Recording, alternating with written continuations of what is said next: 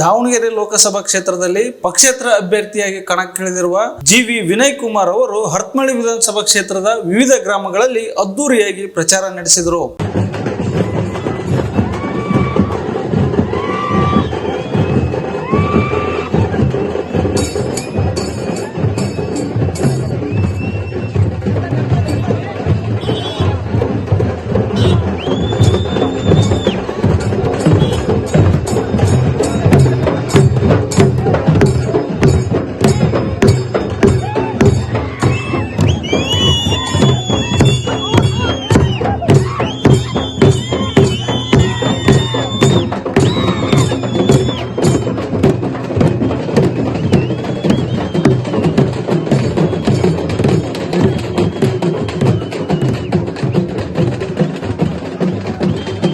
BJP ಮತ್ತು ಕಾಂಗ್ರೆಸ್ ಎರಡೂ ರಾಷ್ಟ್ರೀಯ ಪಕ್ಷಗಳ ವಿರುದ್ಧ ಗುಡುಗುತ್ತಲೇ ತಮ್ಮನ್ನು ಗೆಲ್ಲಿಸುವಂತೆ ಮತದಾರರಲ್ಲಿ ಮನವಿ ಮಾಡಿದರು.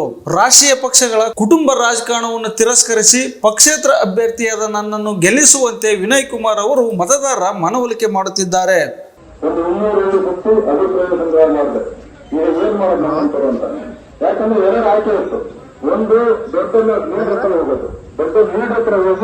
ಸರ್ ಒಂದೇನಾದ್ರೂ ಅವಕಾಶ ಮಾಡಿಕೊಡಿ ಇಲ್ಲ ಜನಸಾಮಾನ್ಯರ ಇಲ್ಲ ನನ್ನ ಭವಿಷ್ಯ ನೀವೇ ನಿರ್ಮಾಣ ಮಾಡಿಕೊಡಿ ಅಂತಂದು ನಾನು ಜನಗಳ ಹತ್ರ ಹೋದಾಗ ಪಕ್ಷೇತರ ಬಹಳ ಜನ ಹೇಳಿದ್ರು. ಎಲ್ಲ ಹಳ್ಳಿನಲ್ಲೂ ಪಕ್ಷೇತರ ನಿಲ್ಲಿ, ಯಾಕಂದ್ರೆ ಹೆಸರಿದೆ, ಊರೂರಲ್ಲೆಲ್ಲ ಹೆಸರು